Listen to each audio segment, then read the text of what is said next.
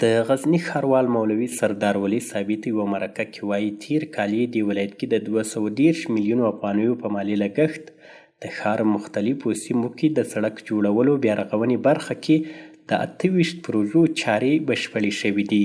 په 1404 کې ټول ټال د موږ پروژې تقریبا 28 پروژې ولې دا پروژې د سړکو پروژې وي، د استنادي دیوالو پروژې وي او د بعضو هغه مهمو جویچو پروژې ولې.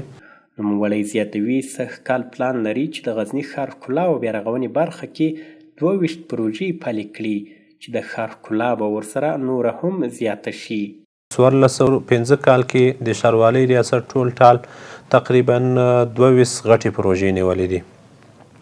دغه پروژې د ښاروالۍ په خپل شخصي لګښت باندې نیول شوي دي چې ټول ټال مصارف په هغو باندې تقریبا 619 میلیونه لګښت یې ده چې د ښاروالۍ د خپلې داخلي بودیجې نه پرې کیږي او ورکول کیږي. په ورته مهال د غزني ښار اوسیدونکي د ښار رغونې او ښکلا برخه کې د ښاروالۍ کارونه ستایي. غزني ښاروالۍ خو انشاءالله ډیره په مخ روانه ده. ښار ته ډیره ښکلا ورکړې ده.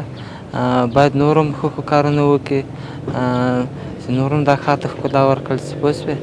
هغه لارې کوڅې او سړکونه چې پاخه سولو نو واقعیت د غزني خلک ډېر ورباندې سهولت دي، ډېر سهولتي کارونه یې وکړو، ډېر خلک له هغو چې برخمن دي. غزنی چې د هیواد یو لرغونی ولایت حسابیږي، دې ولایت ته هر کال په زرګونه کورني او ډېر شمېر بهرني سیلانیان هم راځي.